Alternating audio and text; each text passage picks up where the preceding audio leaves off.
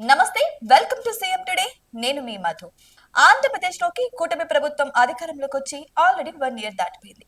అయితే ఈ 1 ఇయర్ లో అంటే ఆంధ్రప్రదేశ్లో 175 నియోజకవర్గాలు ఉన్నాయి కదా. ఈ 175 నియోజకవర్గాలకు గాను ఈ 1 ఇయర్ లో వారి వారి ఎమ్మెల్యేల పనితీరు, ఆ నియోజకవర్గాల యొక్క డెవలప్మెంట్ గురించి అయితే కొన్ని సర్వేలు అయితే వెలువడడం జరిగింది. మరి ముఖ్యంగా చాణక్య సర్వేస్ గురించి చెప్పుకుంటే, ఇప్పుడు చాణక్య సర్వేస్ పులివెందుల నియోజకవర్గం గురించి ఏం చెప్పింది, అసలు గ్రాఫ్ పర్సెంటేజ్ ఏ విధంగా ఉందనే విషయాల గురించి చర్చించుకుందాం. వీడియోని ఎక్కడ స్కిప్ చేయకుండా చాలా జాగ్రత్తగా చూడండి. పులివెందుల పులివెందుల నియోజకవర్గం అనగానే అందరికీ గుర్తొచ్చే పేరు వైఎస్ రాజశేఖర రెడ్డి, ఇప్పుడు వైఎస్ జగన్మోహన్ రెడ్డి. ఎందుకంటే పులివెందుల అసెంబ్లీ నియోజకవర్గం వైఎస్ ఫ్యామిలీకి కంచుకోట అని అందరికీ తెలిసిందే. ఇక వైఎస్ రాజశేఖర రెడ్డి ఇక్కడి నుంచి ఏకంగా 6 సార్లు ఎమ్మెల్యేగా గెలిచారు. మొదటి నుంచి రెడ్డి సామాజిక వర్గానికి చెందిన నేతలే ఇక్కడి నుంచి గెలుస్తూ వస్తున్నారు.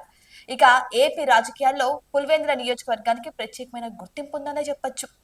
ఇక వైఎస్ ఫ్యామిలీకి కంచుకోట అయినటువంటి ఈ పులివెందుల అసెంబ్లీ నియోజకవర్గం కడప లోక్సభ స్థానం పరిధిలోకి అయితే వస్తుంది ఈ యొక్క నియోజకవర్గం. ఇక చూసుకుంటే సింహాద్రిపురం, లింగాల, తొండూరు, పులివెందుల, వేముల, వేంపల్లె, చక్రాయపేట మండలాలు ఈ నియోజకవర్గం కిందికే వస్తాయన్నమాట. ఇక ముఖ్యంగా మనం పులివెందుల నియోజకవర్గం గురించి అయితే చర్చించుకుందాం. ఈ పులివెందుల నియోజకవర్గంలో 2,27,856 మంది ఓటర్లు ఉన్నట్టు తెలుస్తుంది. వీరిలో 1,11,227 మంది మహిళలు ఉండగా, ఇక 1,16,610 మంది పురుషులు ఉన్నట్టు తెలుస్తోంది. అయితే 1955 నుంచి పులివెందులలో రెడ్డి సామాజిక వర్గానికి చెందిన నేతలే ఎమ్మెల్యేలుగా విజయం సాధిస్తూ వస్తున్నారు. ఇక పక్క చెప్పాలంటే పులివెందుల రెడ్డి సామాజిక వర్గానికి పెట్టింది పేరుగా అందరూ భావిస్తూ ఉంటారు. అయితే ఇప్పుడు ఆ కథ మారిపోయింది. ఇప్పుడు వైఎస్ ఫ్యామిలీకి కంచుకోట అని కూడా అంటున్నారు పులివెందులని. ఇక 1955లో కాంగ్రెస్ పార్టీకి చెందిన పెంచికల బసిరెడ్డి పులివెందులకి తొలిసారి ఎమ్మెల్యేగా ఎంపికయ్యారన్నమాట. ఇక 1962లో ఇండిపెండెంట్ గా పోటీ చేసిన చెవ్వ బాలరెడ్డి ఎంపికయ్యారు. ఇలా వరుసగా చూసుకుంటూ వెళ్తే ప్రతి ఒక్కరు కూడా ఇక బసిరెడ్డి కావచ్చు, లేదు అంటే ఇక చెవ్వ బాలరెడ్డి కావచ్చు, లేదంటే ఇక వైఎస్ రాజశేఖర రెడ్డి కావచ్చు, ఇలా వరుసగా అందరూ రెడ్డిలే అక్కడ సామాజిక వర్గాన్ని ఏలుతున్నారు. పక్క చెప్పాలంటే పులివెందులను రెడ్డి సామాజిక వర్గమే ఏలుతుంది అని చెప్పొచ్చు. ఇక 1978 నుంచి పులివెందుల అసెంబ్లీ నియోజకవర్గం అయితే వైసీపీ చేతిలోకి వెళ్ళిపోయిందని చెప్పొచ్చు. ఇక వైఎస్ కుటుంబానికి అది కంచుకోటగా ఆ క్షణం నుంచి మారిపోయింది. 1978తో పాటు 1983, 85లో పులివెందుల నుంచి కాంగ్రెస్ తరపున ఎమ్మెల్యేగా గెలిచిన వైఎస్ రాజశేఖర రెడ్డి హ్యాట్రిక్ సాధించారు. ఇక 1999, 2004, 2009లోను పులివెందుల ఎమ్మెల్యేగా గెలిచిన ఆయన మరోసారి హ్యాట్రిక్ సాధించారు. అంటే ఇక్కడ ఇలా మొత్తం 6 సార్లు గెలిచి హ్యాట్రిక్ ఎమ్మెల్యేగా విజయం సాధించారు వైఎస్ రాజశేఖర రెడ్డి. ఇక చూసుకుంటే మరోసారి హ్యాట్రిక్ సాధించారని చెప్పొచ్చు. ఇక 2004లో 40,000కు పైగా మెజార్టీతో ఎమ్మెల్యేగా గెలవడంతో పాటు పాదయాత్ర ద్వారా కాంగ్రెస్ పార్టీని రాష్ట్రంలోకి అధికారంలోకి తీసుకొచ్చిన ఘనత కూడా వైఎస్ రాజశేఖర రెడ్డి అని చెప్పొచ్చు. ఆ పాదయాత్ర ద్వారా ఆయన ప్రజల మనసును గెలుచుకున్నారు. నిజం చెప్పాలంటే వైఎస్ రాజశేఖర రెడ్డి రూపాయి డాక్టర్ గా అక్కడ చాలా చలామణి అయ్యారు. అయితే ఆ డాక్టర్ యొక్క చాకచక్యాన్ని, ఇక ప్రజల యొక్క కష్ట సుఖాలను తెలుసుకోవడానికి ఇక పాదయాత్ర చేపట్టారని కూడా చాలా మంది అంటూ ఉంటారు వైఎస్ రాజశేఖర రెడ్డిని. ఇక 2009లో వైఎస్ రాజశేఖర రెడ్డి 68,000కు పైగా మెజార్టీతో టీడీపీ అభ్యర్థి సతీష్ కుమార్ రెడ్డిపై భారీ విజయం సాధించారు. ఇక రెండోసారి ముఖ్యమంత్రిగా బాధ్యతలు చేపట్టిన ఆయన కొద్ది నెలలకే హెలికాప్టర్ ప్రమాదంలో మరణించారు. అయితే ఈ మరణాల వెనుక చాలా రహస్యాలు దాగున్నాయని ప్రతి ఒక్కరు కూడా అంటూ ఉంటారు.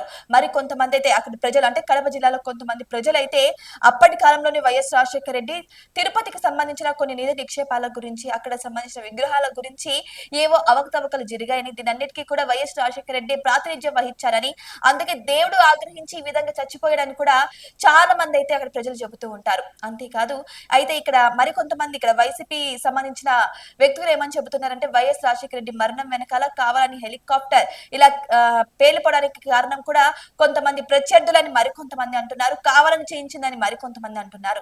అయితే ఈయన మరణం వెనకాలైతే చాలా రకాల నిగూఢ రహస్యాలు దాగున్నాయని కూడా అప్పట్లో పెద్ద పుకారే మొదలైంది. అయితే దీంతో 2010లో ఇక వైఎస్ రాజశేఖర రెడ్డి సతీమణి విజయమ్మ ఏకగ్రీవంగా పులివెందుల నుంచి ఎమ్మెల్యేగా ఎన్నికయ్యారు. అంటే భర్త స్థానాన్ని ఈవిడ ఆక్యుపై చేయడం జరిగిందనమాట.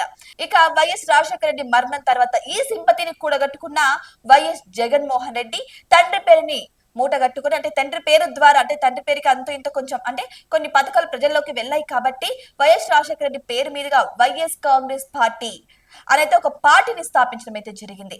ఆ పార్టీకి ఎమ్మెల్యే పదవిగా ఇక ఫస్ట్ మొదటగా విజయమ్మే ఎంపికయ్యారని చెప్పొచ్చు. ఇక విజయమ్మ ఎందుకు అంటే అప్పట్లో ఇక విజయమ్మ కాంగ్రెస్ తరపున ఎమ్మెల్యేగా వ్యవహరిస్తున్న తరుణంలో ఆమె రాజీనామా చేశారు కాంగ్రెస్ పార్టీకి. అప్పుడు ఇక్కడ ఉప ఎన్నికలైతే ఇక అనివార్యమయ్యాయి. ఇక 2011లో జరిగిన ఈ ఉప ఎన్నికల్లో వైఎస్ఆర్సీపీ తరపున పోటీ చేసిన విజయమ్మ కాంగ్రెస్ తరపున పోటీ చేసినటువంటి తన సొంత మరిదైనటువంటి పక్క చెప్పాలంటే రాజశేఖర రెడ్డికి సొంత తమ్ముడైనటువంటి వివేకానంద రెడ్డిపై 81 ఓట్ల మెజార్టీతో గెలుపొందారు విజయమ్మ. ఇక నిజం చెప్పాలంటే తన మరిదికి డిపాజిట్లు కూడా రాలేదని చెప్పొచ్చు. ఇక ఇదే తరుణంలో ఉండగా 2014లో వైఎస్ఆర్సీపీ అధినేత వైఎస్ జగన్మోహన్ రెడ్డి పులివెందుల నుంచి బరిలోకి దిగారు. అది కూడా ఎందుకు తన తల్లినే దించొచ్చు, కానీ ఇక్కడ చూస్తే కొన్ని ఆస్తి వివాదాల వల్ల సొంత తల్లిని చెల్లిని ఊరి నుంచి గెంటేశారు, ఇంటి నుంచి గెంటేశారని కొన్ని అపవాదాలను కూడా అప్పట్లో వైఎస్ రాజశేఖర రెడ్డి మూట కట్టుకోవడం జరిగింది. సో ఇదే తరుణంలో ఏమైందంటే ఇక వైఎస్ రాజశేఖర రెడ్డి పేరు చెప్పుకొని నేనే ఎమ్మెల్యే అవ్వాలి, పులివెందులను నేనే శాసించాలి, ఇక తండ్రి పేరుతో రాష్ట్రాన్ని నేనే శాసించాలి అన్న ఒక భావనతో వైఎస్ రాజశేఖర రెడ్డి యొక్క తనయుడైనటువంటి జగన్మోహన్ రెడ్డి తన పదవిని కాంక్షించి తన సొంత చెల్లిని తల్లిని బయటకు పంపి ఇక వైఎస్ఆర్సీపీని తన హ్యాండ్ ఓవర్ చేసుకున్నారు. అయితే ఇక్కడ చూసుకుంటే టీడీపీకి చెందిన తన ప్రత్యర్థి సతీష్ కుమార్ రెడ్డిపై 49,000 ఓట్ల తేడాతో జగన్ గెలిచారు. ఆ ఎన్నికల్లో వైఎస్ఆర్సీపీ అంటే తర్వాత ఎన్నికల్లో వైఎస్ఆర్సీపీ ఓడిపోయింది. ఇక జగన్ ప్రతిపక్ష నేతగా వ్యవహరించాల్సి వచ్చింది. ఇక 2017లో ప్రజా సంకల్ప యాత్ర పేరిట పాదయాత్ర ప్రారంభించిన జగన్ 3,648 కిలోమీటర్ల దూరం పాదయాత్ర చేశారట. అంటే తన తండ్రి యొక్క స్ట్రాటజీ అంటే అప్పుడు వైఎస్ రాజశేఖర రెడ్డి తన పాదయాత్ర ద్వారానే ప్రజలోకి వెళ్లారు కాబట్టి ఇదే పాదయాత్రను నేను చేపట్టడం ద్వారా ప్రజల మద్దతు జరుగుతుంది అనే ఉద్దేశంతో పాదయాత్ర చేపట్టారు. 6,000 చిల్లర పాదయాత్ర అంటే 6,000 కిలోమీటర్ల కంటే ఎక్కువగా పాదయాత్ర చేశారు జగన్మోహన్ రెడ్డి. ఇక 2019 ఎన్నికల్లో పులివెందులలో 42,000 ఓట్ల తేడాతో జగన్ ఎమ్మెల్యేగా గెలవడంతో పాటు రాష్ట్రంలో కూడా వైఎస్ఆర్సీపీ 151 సీట్లు గెలుచుకుంది. దీంతో జగన్ ఆంధ్రప్రదేశ్ ముఖ్యమంత్రి అయ్యారు. ఇక 2019 ఎన్నికల ముందు వైఎస్ వివేకానంద రెడ్డి పులివెందులలో తన నివాసంలో హత్యకు గురి కావడం ఇక రాష్ట్ర వ్యాప్తంగా సంచలనం సృష్టించింది అని చెప్పొచ్చు. పక్కా చెప్పాలంటే ఈ ఎలక్షన్స్ కోసం అంటే 2019లో గెలవడం కోసం సొంతంగా తన అన్న కొడుకునటువంటి జగన్మోహన్ రెడ్డి కొంతమంది మనుషులను పురమాయించి హత్య చేయించారు అని వివేకానంద రెడ్డి కూతురు కూడా కొన్ని సందర్భాల్లో చెప్పడం కూడా మనం అందరం విన్నాం. సో ఇదంతా చూస్తుంటే ఇక్కడ వైఎస్ జగన్మోహన్ రెడ్డి యొక్క సైకోయిజం బయటపడుతుందని చెప్పొచ్చు. అయితే ఇవన్నీ కూడా కావాలని చేయించారు, తన అధికార మోహంతోనే ఇవన్నీ చేయించారని కూడా కొంతమంది అంటున్నారు. ఇక చూసుకుంటే ఎవరైతే హత్యకు గురయ్యారో అదే వివేకానంద రెడ్డి, ఆయన 2 సార్లు ఎమ్మెల్యేలుగా కూడా పులివెందులకు పనిచేయడం అయితే జరిగింది. సో మరి ముఖ్యంగా చెప్పుకోవాలంటే ఇక్కడ జగన్మోహన్ రెడ్డి వైఎస్ రాజశేఖర రెడ్డి ఇద్దరు కూడా సేమ్ నియోజకవర్గం నుంచి నిలబడ్డారు. సేమ్ అదే పాదయాత్ర ద్వారా ప్రజల్లో మద్దతును సంపాదించుకున్నారు. ఇక ఇద్దరు కూడా పులివెందులకు ఒక కంచుకోటగా మిగిలిపోయారనే చెప్పొచ్చు. ఇదంతా చూసుకుంటుంటే ఇక కంచుకోట విషయాన్ని పక్కన పెడితే ఇక పులివెందుల డెవలపింగ్ విషయానికి వస్తే ఓకే, రోడ్లు బాగానే ఉన్నాయి, కొన్ని విద్యా సదుపాయాలు కూడా బాగానే ఉన్నప్పటికీ కూడా ఆయన అక్కడ అభివృద్ధి చేశారు. అంటే తన నియోజకవర్గం కాబట్టి తను ఎమ్మెల్యేగా వ్యవహరిస్తున్న నియోజకవర్గం కాబట్టి అక్కడ అభివృద్ధి చేశారు. కానీ ఆ అభివృద్ధి చేసిన నియోజకవర్గంలో నిధులన్నిటికీ కూడా ప్లస్ యాడ్ చేస్తూ అంటే నిధులు ఎక్కువగా కట్ చేయాలనే ఆరోపణలు కూడా చాలానే ఉన్నాయి. అంటే తను ఖర్చు పెట్టింది 100 రూపాయలు అయితే 200 రూపాయలు ఖర్చు అయ్యాయి అన్న తరుణంలో కూడా నిధులను వృధా చేసిన ఆరోపణలు కూడా ఆయనపై చాలానే ఉన్నాయని చెప్పొచ్చు.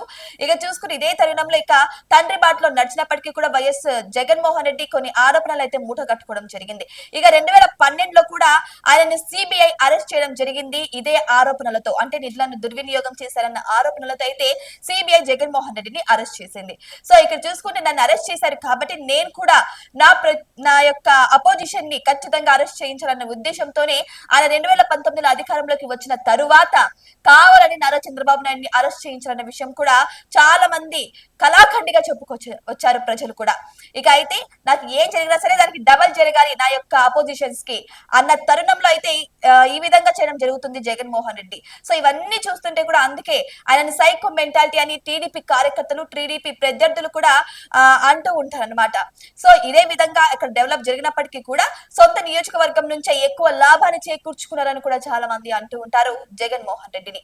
ఇక చూసుకున్న తిరుపతి వ్యవహారం కావచ్చు, ఈ లిక్కర్ స్కామ్ కావచ్చు, ప్రతి ఒక్క స్కామ్ లో అంటే ఆయన అధికారంలోకి వచ్చాక అంటే ముఖ్యమంత్రిగా వ్యవహరించిన 2019 నుంచి 5 సంవత్సరాలు కూడా వ్యవహరించిన 5 సంవత్సరాలు కూడా ఎన్నో దారుణాలు జరిగాయని కూడా చాలా మంది అంటున్నారు. నిజం చెప్పాలంటే ప్రజల్లోకి రావడానికి రెండు కారణాలు ఉన్నాయి జగన్మోహన్ రెడ్డి. ఒకటి పాదయాత్ర, రెండు నవరత్నాలు. సో నవరత్నాలు ఏ మేరకు నెరవేర్చారో లేదో నాకు తెలియదు, కానీ ఈ పాదయాత్ర వల్ల ఎక్కువగా సక్సెస్ అయ్యారని కూడా చాలా మంది అంటున్నారు. సో మరి కొంతమంది అయితే ఈ నవరత్నాల ద్వారానే ఎక్కువగా ప్రజల్లో మద్దతు పెరిగిందని మరికొంతమంది అంటున్నారు. చాలా మందికి ఈ నవరత్నాల వల్లనే జగన్మోహన్ రెడ్డి అంటే ఇష్టం అని కూడా చాలా మంది అంటున్నారు. అయితే ఇప్పుడు టీడీపీ వచ్చిన తర్వాత కూడా ప్రతిసారి టీడీపీని పాయింట్అవుట్ చేసి జగన్మోహన్ రెడ్డి ఏదో ఒక ఇష్యూని చేస్తూనే ఉన్నారు. ఇక వారిని బెదిరించడానికి కూడా మొన్న రీసెంట్ గా గవర్నర్ ని మీట్ అవ్వడం కావచ్చు, లేదంటే ఇక ఈ యొక్క లిక్క స్కామ్ లో కావచ్చు, ఇవన్నింటినీ తప్పించుకోవడానికి ఎన్నెన్నో పథకాలు రచిస్తున్నారని కూడా చాలా మంది వాపోతున్నారు.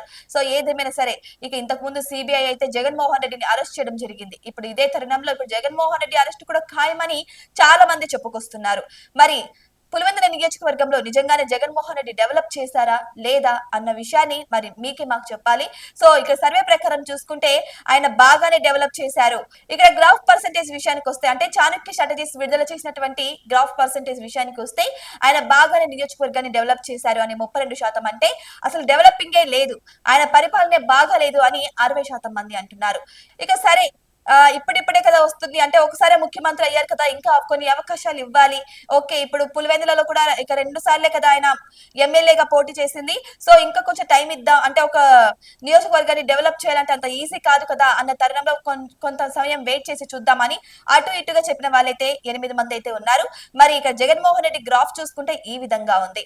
సో నిజంగానే పులివెందుల నియోజకవర్గాన్ని డెవలప్ చేశారా? జగన్మోహన్ రెడ్డి గురించి మీరేమనుకుంటున్నారు? కామెంట్ బాక్స్ లో కామెంట్ రూపంలో తెలియజేయండి.